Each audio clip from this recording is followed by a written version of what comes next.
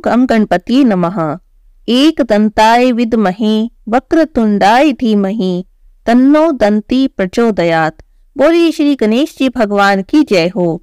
संकष्टी का अर्थ होता है संकटों से छुटकारा, अर्थात संकष्टी चतुर्थी का जो कोई भी व्रत करता है भगवान गणेश की कृपा उसे प्राप्त होती है और उसके जीवन में आने वाली सभी परेशानियों से उसे छुटकारा मिल जाता है। आज हम सुनेंगे पौष मास की संकष्टी चतुर्थी की कथा। पौष मास की संकष्टी चतुर्थी को अखूरत संकष्टी चतुर्थी के नाम से जाना जाता है। अखूरत का अर्थ होता है जिसके पास वाहन के रूप में मूषक है। आज हम सुनेंगे अखूरत संकष्टी चतुर्थी पर सुनी जाने वाली सभी कहानियां। तो चलिए शुरू करते हैं। बोलिए गणेश जी महाराज की जय हो। किष्किंधा के राजा बलि को तो सब जानते ही हैं। एक दिन की बात है, राजा बलि संध्या पूजन के लिए जा रहे थे। तभी वहां पर आकाश मार्ग से नारद मुनि उन्हें जाते दिखाई दिए। राजा बलि ने नारद मुनि को प्रणाम किया और उनसे पूछा, हे मुनिवर, आप कहाँ जा रहे हैं? तब नारद जी कहने लगे कि लंकापति रावण ने देवराज इंद्र को परास्त करने के उपलक्ष्य में राजभोग का आयोजन किया है और उसमें मैं आमंत्रित हूँ, इसीलिए लंका जा रहा हूँ। कुछ देर रुककर नारद मुनि ने कहा कि अब तो पूरे ब्रह्मांड में केवल रावण का ही आधिपत्य है। सारे प्राणी, यहाँ तक कि देवतागण भी उन्हें ही शीश नवाते हैं। नारद जी की ऐसी बातें सुनकर राजा बलि ने कहा, हे मुनिवर, राजा रावण ने अपने वरदान और अपनी सेना का प्रयोग करके उन लोगों को दबाया है जो निर्बल हैं। लेकिन मैं आपको बता दूं, मैं उनसे कदापि नहीं डरता। आप चाहें तो आप चाहे ये बात रावण से भी कह सकती हैं।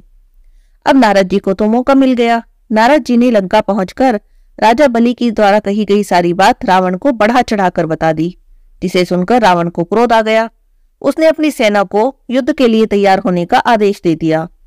इस पर नारद मुनि ने रावण की चुटकी लेते हुए कहा, एक वानर के लिए यदि आप पूरी सेना लेकर जाएंगे तो आपके सम्मान के लिए उचित नहीं होगा। तो ऐसे में रावण ने बलि से अकेले ही लड़ने की ठान ली और वह पुष्पक विमान में बैठकर राजा बाली के पास पहुंच गए। रावण ने संध्या करते हुए राजा बाली को पीछे से पकड़ लिया।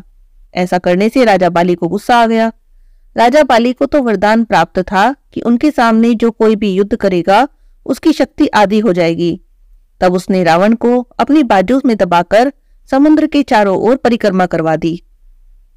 महाबली रावण ने निकलने का बहुत प्रयास किया पर उसे सफलता नहीं मिली। पूजा खत्म हो जाने तक राजा बलि ने रावण को अपनी बाजू में ही दबाकर रखा। फिर रावण को अपनी बगल में दबाकर वे किष्किंधा नगरी ले गए और अपने पुत्र अंगद को रावण को खिलौने के रूप में खेलने के लिए दे दिया। बलि पुत्र अंगद रावण को खिलौना समझकर रस्सी से बांधकर इधर उधर घुमाने लगे। इससे रावण को बड़ा ही कष्ट हुआ और उसे बहुत दुख प्राप्त हुआ।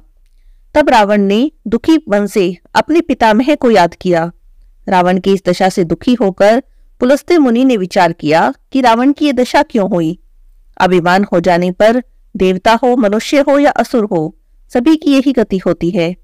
तब मुनि ने रावण से पूछा, बताओ तुमने मुझे क्यों याद किया है? तब रावण ने कहा, हे पितामह, मैं बड़ा दुखी हूँ।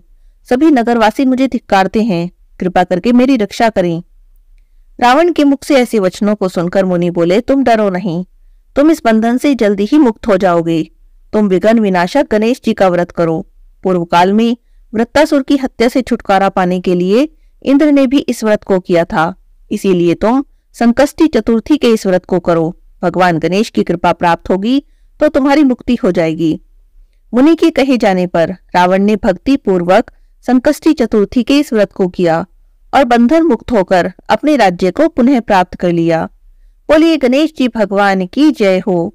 हे गणेश जी भगवान, जैसे आपने रावण को बाली के बंधन से मुक्त किया, उसी प्रकार संकष्टी चतुर्थी का व्रत करने वाले, कथा सुनने वाले, कहने वाले, ओंकारा भरने वाले सब पर अपनी कृपा बनाए रखना और सबको अपनी परेशानियों से मुक्त करना। बोलिए गणेश जी की जय हो। अब आपको सुनाती हूँ चौथ माता की कहानी, जो हर चौथ के व्रत में सुनी जाती है। बोलिए चौथ माता की जय हो। किसी गांव में एक बुढ़ी माई रहती थी। बुढ़ी माई का एक बेटा था। बुढ़िया माई अपने बेटे को बहुत प्यार करती थी। बुढ़िया माई का बेटा जंगल से लकड़ी काट कर लाता और उसे बेचता। उससे जो पैसे मिलते उससे दोनों माँ बेटा का गुजारा होता था। बुढ़िया माई हर महीने चौथ का व्रत करती थी। हर गणेश चौथ का व्रत करती, पूजा करती और अपने बेटे की सलामती के लिए, उसकी खुशी के लिए चौथ माता से प्रार्थना करती। जब उसका बेटा जंगल से लकड़ी काट कर लाता, तब बुढ़िया माई उसमें से 2 लकड़ी निकालकर छुपा कर रख देती। चौथ का दिन आता तब इन लकड़ियों को बेचकर चौथ माता की पूजा का सामान ले आती। जो सामान लाती उससे 4 लड्डू बनाती, एक गणेश भगवान को चढ़ाती, एक चौथ माता को, एक अपने बेटे को खाने को देती और एक चंद्रदेव की पूजा करने के बाद खुद खा लेती। बस इसी तरह से दोनों माँ बेटा के दिन मजे में गुजर रहे थे। लेकिन कहते हैं ना, होनी बलवान होती है। एक दिन बेटे को पड़ोसन के यहाँ किसी काम से जाना पड़ गया। उस दिन गणेश चौथ का दिन था। पड़ोसन को देखा तो चूरमा बना रही थी। कहने लगा, काकी क्या बात है, आज कौन सा त्योहार है जो पकवान बना रही हो? तो पड़ोसन बोली, बेटा आज गणेश चौथ है, चूरमा बना रही हूँ। तो बोला, काकी वाह, आज तो आपके मजे हो गए। तो पड़ोसन कहने लगी, हाँ बेटा, हम तो साल में 2 बार मजे ले लेते हैं, पर तेरी माँ तो हर महीने मजे लेती है, हर गणेश चौथ का व्रत करती है और चूरमा बनाती है, क्या तुझे खाने को नहीं देती? तो बोला, हाँ देती है। लेकिन फिर भी पड़ोसन ने उसके कान भर दिए। कहने लगी, तो इतनी मेहनत करके जंगल से लकड़ी काट कर लाता है और तेरी माँ उसमें से लकड़ियां छुपा कर रख लेती है, उसी को बेचकर तो चौथ माता की पूजा का सामान लेकर आती है। बस अब तो लड़का पड़ोसन की सिखाई में आ गया। गुस्से से भरा अपने घर गया और माँ से कहने लगा, माँ मैं इतनी मेहनत करके जंगल से लकड़ी काट कर लाता हूँ और तू उसमें से बचा कर रख लेती है, ऐसा अब नहीं चलेगा। या तो तू मुझे छोड़ दे या चौथ माता का व्रत करना छोड़ दे। तो उसकी माँ कहने लगी, बेटा मैं तो तेरे लिए ही चौथ माता का व्रत करती हूँ, व्रत करना नहीं छोड़ूंगी। तो बेटे को और भी गुस्सा आ गया, तो कहने लगा, ठीक है फिर मैं ही घर छोड़कर जा रहा हूँ। तो उसकी माँ बोली, देख ले बेटा, तेरी जैसी मर्जी हो तू कर, चल अब तू जा ही रहा है तो मेरी एक बात मान ले, मेरे हाथ की ये चावल ले जा, जब तू किसी संकट में होगा तो अपने चारों तरफ चावल बिखेर कर बैठ जाना, तेरा संकट दूर हो जाएगा। अब वैसे तो बेटे को इन बातों में यकीन नहीं था, फिर भी सोचने लगा, चलो ले जाने में क्या हर्ज है। वो अपनी माँ के हाथ से कुछ चावल लेकर घर से निकल गया। थोड़ी दूर ही चला था कि रास्ते में नदी आई। बहुत गहरी नदी थी, पार करने का रास्ता उसे नहीं मिला। तब उसे अपनी माँ की बात याद आ गई और उसने सोचा कि माँ ने कहा था कि जहां संकट हो चावल बिखेर कर बैठ जाना, तेरा संकट दूर हो जाएगा। उसने गठड़ी में से थोड़े से चावल निकाले और अपने चारों ओर बिखेर कर बैठ गया। चौथ माता से हाथ जोड़कर प्रार्थना की, हे चौथ माता, यदि आप सच्ची हो तो नदी मुझे पार करने का रास्ता दे दे। चौथ माता की कृपा हुई, नदी ने उस लड़के को पार जाने का रास्ता दे दिया। अब तो लड़के को थोड़ा थोड़ा सा यकीन भी होने लगा। थोड़ा आगे चला तो गहरे वन में फंस गया। थोड़ी देर में रात होने लगी, लड़के को डर लगने लगा, जंगली जानवरों की आवाज आने लगी। तो उसने सोचा, आज तो तू मरेगा। उसे फिर अपनी माँ की बात याद आई। उसने गठड़ी में से चावल निकाले, थोड़े से चावल अपने चारों तरफ बिखेरे और उसके बीच में बैठ गया। हाथ जोड़कर चौथ माता से कहने लगा, चौथ माता आप सच्ची हो तो मुझे इस वन में से बाहर निकाल दो, मेरी रक्षा करो। अब भला चौथ माता उसकी रक्षा कैसे न करती? उसकी माँ अपने बेटे की रक्षा के लिए ही तो चौथ माता का व्रत करती थी। चौथ माता की कृपा हुई और उसे उस जंगल में से बाहर जाने का रास्ता मिल गया। थोड़ी दूर आगे चला तो एक नगर आया। अब तो चलते चलते उस लड़के को भूख प्यास लगने लगी थी। उसने सोचा, कहीं पर रुककर भोजन कर लेता हूँ। एक घर के आगे रुका और उसने आवाज लगाई। अंदर से कोई आवाज नहीं आई। उसने आवाज नहीं सुनी तो वो दरवाजा खोल के अंदर चला गया। देखा तो एक बुढ़िया माई रो भी रही है और पुए भी बना रही है। स्वादिष्ट पुए देखकर उसकी भूख तो और भी तेज हो गई। वो बुढ़िया माई के पास गया, जाकर पूछा, माई क्या कर रही हो, रो भी रही हो और पुए भी बना रही हो? तब बुढ़िया माई कहने लगी, हाँ बेटा, ये पुए मैं अपने बेटे के लिए बना रही हूँ। मेरे बेटे को पुए बहुत पसंद हैं और रो इसलिए रही हूँ क्योंकि वो आज आखिरी बार मेरे हाथों के पुए खाएगा। थोड़ी देर में राजा के लोग आएंगे और उसे ले जाएंगे, ले जाकर आवे में बिठा देंगे। हमारे यहाँ की प्रथा है, जब आवा जलता है तो एक आदमी की बलि दी जाती है। आज मेरे बेटे का नंबर है। तो वो कहने लगा, माई एक काम कर, तू ये पुए मुझे खिला दे और तेरे बेटे की जगह आवे में मैं जाकर बैठ जाऊंगा। अब तो बुढ़िया माई उसके मुंह की तरफ देखने लगी, ये लड़का कुछ पागल वागल तो नहीं है? अरे भाई, आवे में बैठने को कह रही हूँ, इनाम लेने को नहीं। तो कहने लगा कि कोई बात नहीं, मैं आवे में जाकर ही बैठ जाऊंगा। माई अब तू कुछ सोच मत, बस जल्दी से ये पुए मुझे खिला दे, मुझे बहुत जोर से भूख लगी है, और तू अपने बेटे की चिंता मत कर। अब तो बुढ़िया माई ने उसे पेट भरकर पुए खिला दिए। स्वादिष्ट पुए खाकर तो उसे बड़ी जोर से नींद आ गई। कहने लगा कि मैं अब थोड़ी देर सो जाता हूँ, जब राजा के लोग आए तो मुझे जगा देना। अब वह पुए खाकर गहरी नींद में सो गया। अब बुढ़िया माई बेचारी सोचने लगी, दुविधा में पड़ गई। पता नहीं किसका भोला भाला बेटा है, आवे में बैठने को कह रहा है, मर जाएगा, क्या करूं, भेजूं या नहीं भेजूं। इतने में राजा के सिपाही आ गए और आवाज लगाने लगे। अब बुढ़िया माई तो दुविधा में थी कि इसे भेजूं या नहीं। अभी वो सोच ही रही थी कि इतने में आवाज सुनकर लड़के की नींद खुल गई। वो कहने लगा, माई ये शोर कैसे हो रहा है, राजा के सिपाही आ गए क्या? तो वो बोली, हाँ बेटा, राजा के सिपाही आ गए। तो वो उठ खड़ा हुआ, कहने लगा, अच्छा ठीक है, मैं चलता हूँ, ले मेरी गठड़ी और लाठी तू रख ले, जब वापस आऊंगा तब तुझसे ले लूंगा। अब बुढ़िया माई सोचने लगी, लड़का तो वाकई में बहुत भोला है, भला आवे में से भी कोई जीवित आता है। लेकिन फिर भी उसने उसकी गठड़ी और लाठी रख ली। लड़का गठड़ी में से अपनी माँ के दिए थोड़े से चावल लेकर सिपाहियों के साथ चला गया।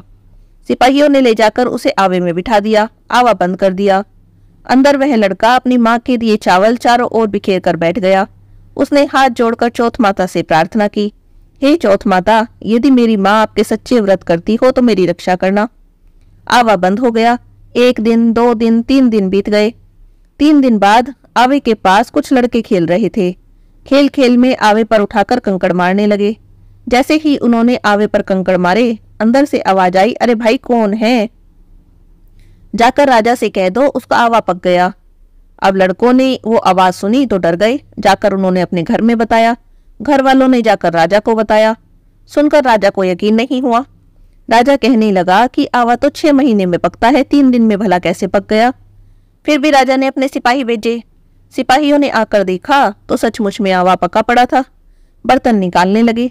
जैसे ही बर्तन निकालने लगे, अंदर से फिर आवाज आई, अरे भाई आराम आराम से निकाल लो। अब तो सिपाही भी डर गए।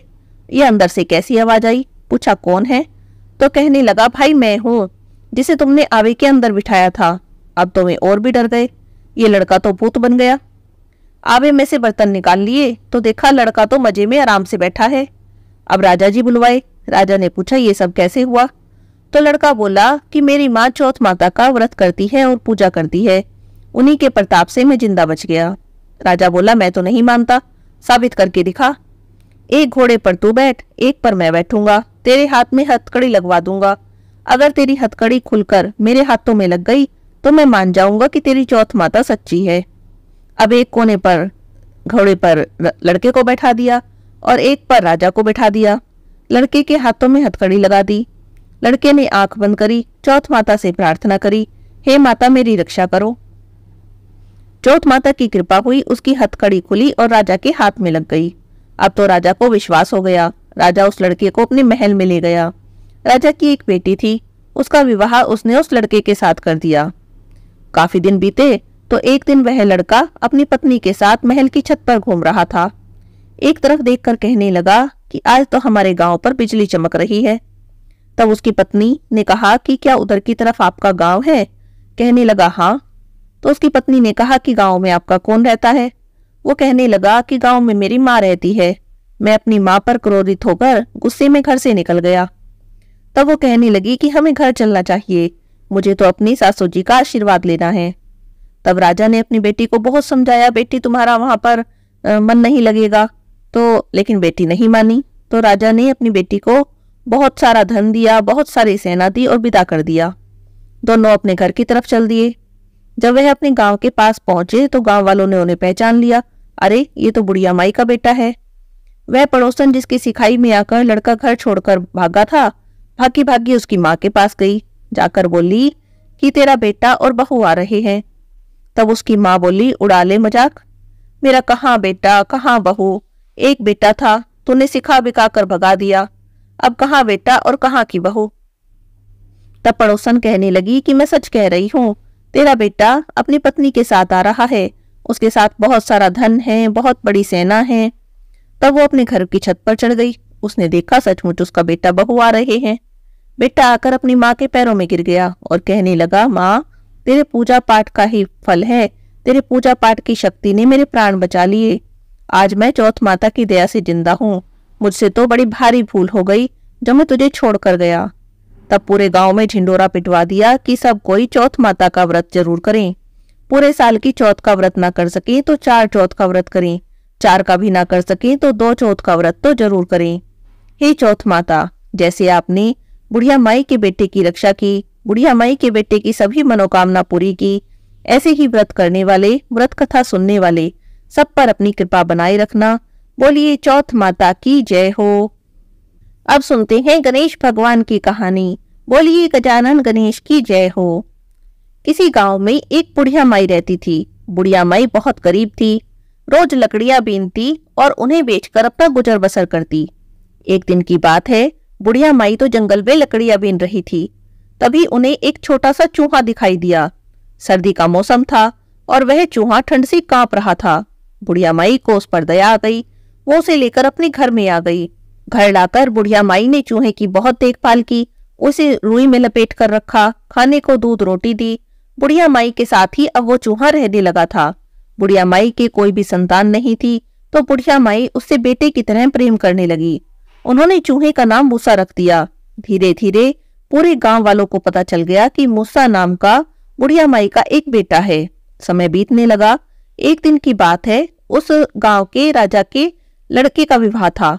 पूरे गांव में से प्रत्येक घर से एक व्यक्ति बारात में जा रहा था। तो पड़ोसी पूछने लगे कि बुढ़िया माई, तुम्हारे घर से राजकुमार की बारात में कौन जाएगा? तो वह कहने लगी, मेरे तो मूसा के अलावा और कोई है नहीं, मेरे घर से तो मूसा ही बारात में जाएगा। आप सभी मेरे बेटे का ध्यान रखना और इसे अपने साथ ही लेकर आना। जब विवाह का दिन आया तो बारात में गांव वालों के साथ उसका बेटा मूसा भी गया। बारात पड़ोसी गांव में पहुंच गई। वहां सारे बाराती तालाब में स्नान करने लगे, तो एक तरफ मूसा भी स्नान करने लगा। तालाब के सामने ही राजा जी का महल था। महल के झरोखे से राजकुमारी बारातियों को देख रही थी। वह सभी बारातियों के साथ मूसे को भी देखने लगी। एक चूहे को इस तरह से स्नान करते देखकर वह बड़ी हैरान हुई। शाम को राजकुमार की बारात सज धज कर बैंड बाजों के साथ जब महल में पहुंची और वरमाला के समय राजकुमारी को लेने उसकी सखिया गई, तो वरमाला में राजकुमारी नहीं आई। दुल्हन की माता पिता को बड़ी चिंता हुई। उन्होंने सेविका भेजी और राजकुमारी को बुलवाया, लेकिन उन सेविकाओं के साथ भी राजकुमारी नहीं आई। अब मुहूर्त का समय निकला जा रहा था, तो पंडित जी बोले कि दुल्हन को जल्दी बुलाओ, मुहूर्त का समय निकला जा रहा है। आखिर में राजा रानी खुद उसे बुलाने गए, तो राजकुमारी कहने लगी कि मैं तो इस राजकुमार से विवाह नहीं करूंगी। यह सब सुनकर तो माता पिता को बड़ी चिंता हुई। वे पूछने लगी कि क्यों, क्या बात है? तब वो बोली कि बारात में एक मूसा आया है, मैं तो उसी के साथ विवाह करूंगी। अब राजा रानी ने राजकुमारी को बहुत समझाया कि मूसा तो एक गरीब बुढ़िया का बेटा है, तुम वहां जाकर कष्ट में रहोगी, पर राजकुमारी नहीं मानी। अब राजा रानी अपनी बेटी की जिद के आगे कुछ नहीं कर पाई। उन्होंने उस राजा को, जो अपने बेटे का ब्याह कराने के लिए बारात लेकर आया था, उसे बुलाया और सारी बात बताकर क्षमा याचना की। दूल्हे सहित पूरी बारात बिना कुछ खाए पिए और नाराज होकर वहां से चली गई। राजा ने राजकुमारी का विवाह मूसे से करवा दिया। उधर बारात जब गांव में आई तो बुढ़िया माई ने गांव वालों से पूछा कि तुम सब तो आ गए हो, बुढ़िया माई कहाँ है? तो एक व्यक्ति बोला कि बुढ़िया माई, तुम्हारे मूसे का विवाह तो राजकुमारी से हो गया है। वह तुम्हारे लिए बहुत बहू के साथ बहुत सारा धन दौलत ला रहा है। तुम तो अपने बहू के स्वागत की तैयारी करो।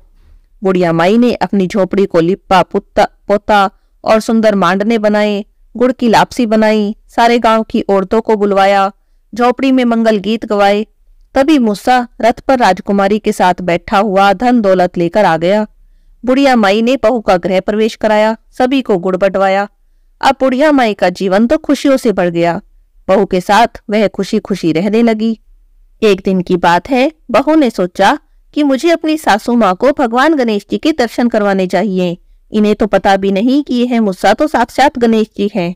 मूसा रोज की तरह अपनी खोल उतारकर जब नहाने लगा तो बहू ने सासू माँ से कहा, सासू माँ, आपका बेटा मूसा नहा रहा है, आप इसकी खोल जला दो।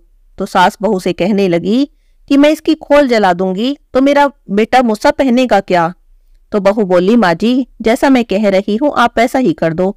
अब सास ने बहू की बात मानकर मूसे की खोली को जला दिया। नहाने के बाद मूसे ने जब अपनी खोल मांगी तो बहू ने कहा, आप जैसे भी हैं वैसे ही बाहर आ जाओ। और जैसे दर्शन मैंने आपके विवाह वाले दिन किए थे, वैसे ही दर्शन आप अपनी माँ को भी करवाओ।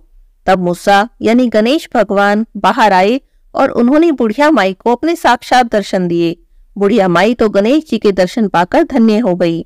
हे गणेश जी भगवान, जैसे आपने बुढ़िया माई पर कृपा की, वैसे ही कथा कहानी कहते सुनते सब पर अपनी कृपा बनाए रखना और सबकी मनोकामना पूरी करना।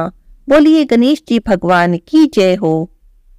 अब सुनते हैं हर कथा कहानी के साथ सुनी जाने वाली गणेश जी की खीर वाली कहानी।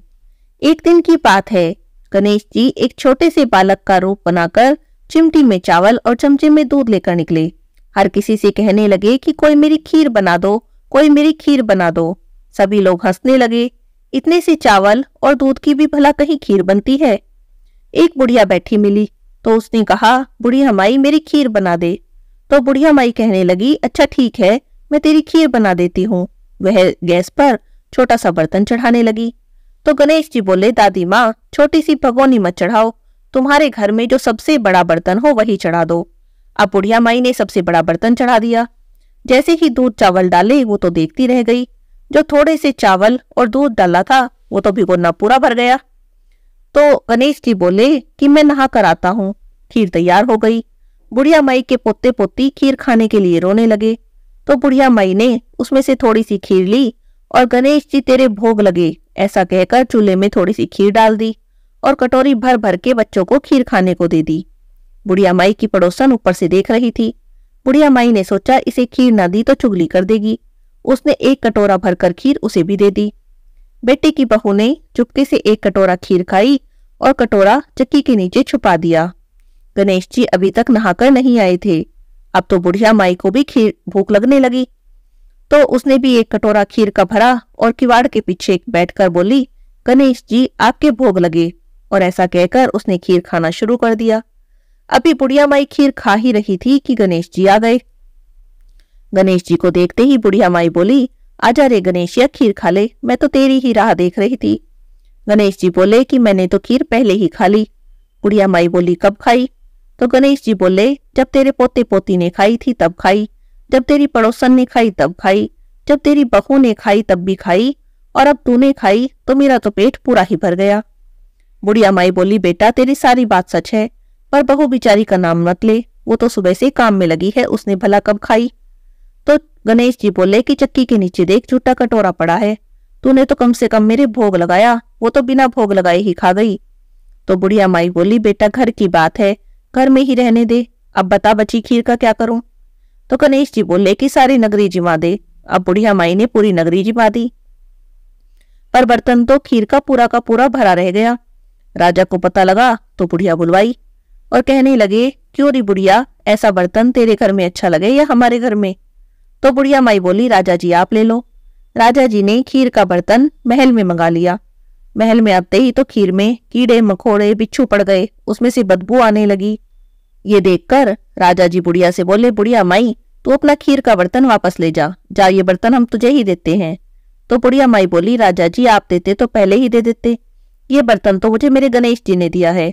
अब बुढ़िया माई खीर का बर्तन वापस ले आई। जैसे ही झोपड़ी में खीर आई वो फिर से सुगंधित हो गई।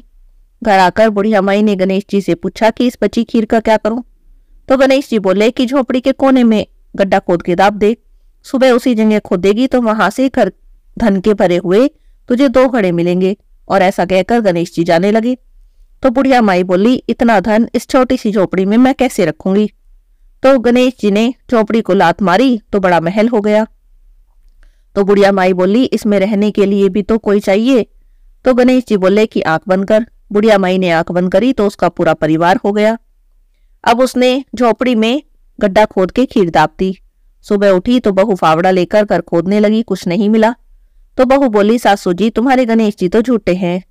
सास बोली, मेरे गणेश जी झूठे तो नहीं है, ला मैं देखूं। वो सुई लेकर खोजने चली तो टन टन करते तो धन के घड़े मिल गए। तो बहू कहने लगी, सासू जी गणेश जी तो सच्चो ही है। तो सास बोली, हाँ गणेश जी तो सच्चे हैं, भावनाओं के भूखे हैं। हे गणेश जी भगवान, जैसा आपने बुढ़िया माई को दिया, जैसे उसकी मनोकामना पूरी की, वैसे ही कथा कहानी कहते सुनते सबकी मनोकामना पूरी करना। बोलिए गजानन गणेश की जय हो। अब सुनते हैं सभी कथा कहानियों को पूर्ण करने वाली तपसी लपसी की कहानी। इस कहानी को सुने बिना कोई भी व्रत कथा पूर्ण नहीं मानी जाती। बोलिए तपसी लपसी की जय हो। एक तपसी था और एक लपसी था। तपसी तो भगवान की तपस्या करता और लपसी रोज सवा सेर की लापसी बनाता, भोग लगाता, घंटी बजाता और जीम लेता। एक दिन दोनों में झगड़ा हो गया। तपसी बोला कि मैं बड़ा हूँ। लपसी कहने लगा कि नहीं, मैं बड़ा हूँ। तपसी बोला कि मैं रोज भगवान की तपस्या करता हूँ, इसीलिए मैं ही बड़ा हूँ। लपसी बोला कि मैं रोज भगवान को सवा सेर की लापसी का भोग लगाता हूँ, इसीलिए मैं बड़ा हूँ। दोनों आपस में झगड़ रहे थे। नारद जी वहां से गुजरे तो दोनों को झगड़ते देखा। पूछने लगे कि क्यों झगड़ रहे हो। तब दोनों ने अपनी अपनी बात कह दी। नारद जी बोले कि तुम लोग आपस में झगड़ा मत करो, तुम में से कौन बड़ा है इस बात का फैसला मैं कर दूंगा। अगले दिन सुबह सुबह तपसी और लपसी दोनों नहा कर आ रहे थे। नारद जी ने दोनों के रास्ते में 1.25 करोड़ की अंगूठी रख दी। तपसी ने अंगूठी देखी तो उसने तुरंत उठा ली। इतनी कीमती अंगूठी देखकर उसके मन में लालच आ गया। सोचने लगा कि बड़ी कीमती अंगूठी है, इसे बेचूंगा, बहुत सारे पैसे मिलेंगे। उन पैसों से एक बहुत बड़ा यज्ञ करूंगा और अपने आप को बड़ा साबित कर दूंगा। उधर लपसी ने अंगूठी देखी तो सोचने लगा, अरे किसी की कीमती अंगूठी गिर गई है, लेकिन उसने अंगूठी को हाथ तक नहीं लगाया। सोचने लगा कि कहीं मैंने उठा ली तो चोर डाकू मेरे पीछे पड़ जाएंगे, कहीं मुझे मार दिया तो। वो तो रोज की तरह सवा सेर की लापसी बनाई, भगवान को भोग लगाया, घंटी बजाई और जीभ लिया। थोड़ी देर में नारद जी वहां पर आए। दोनों कहने लगे कि बताओ नारद जी, हम दोनों में से कौन बड़ा है। तो नारद जी बोले कि दोनों खड़े हो जाओ। दोनों खड़े हो गए। जैसे ही दोनों खड़े हुए, तपसी के पैर के नीचे से अंगूठी निकली जो उसने तपस्या करते टाइम अपने पैर के नीचे छुपा ली थी। तो नारद जी तपसी से बोले कि इतनी तपस्या कर ली तूने, पर तेरे मन का लालच अभी तक नहीं गया। जा, अब तुझे तेरी तपस्या का भी कोई फल नहीं मिलेगा। इतना सुनना था कि तपसी तो जोर जोर से रोने लगा। रोते रोते नारद जी के पैरों में गिर गया। बोला, महाराज दया करो और बताओ कि मुझे मेरी तपस्या का फल कैसे मिलेगा। तब नारद जी बोले कि जो अपने घर में गाय कुत्ते की रोटी नहीं बनाएगा तो उसकी तपस्या का फल तुझे मिल जाएगा। दीवा जलाकर हाथ नहीं जोड़ेगा, ब्राह्मण को भोजन कराकर दक्षिणा नहीं देगा, तब उसकी तपस्या का फल तुझे मिल जाएगा। साड़ी देकर भेंट नहीं देगा तो उसकी तपस्या का फल तुझे मिल जाएगा। जो सारी कहानी कहकर तेरी कहानी नहीं कहेगा, तब उसके सारे पुण्य, सारे फल तुझे मिल जाएंगे। बस तभी से सभी कथा कहानी के साथ तपसी लपसी की कहानी जरूर सुननी चाहिए, नहीं तो किसी भी कथा कहानी का फल नहीं मिलता।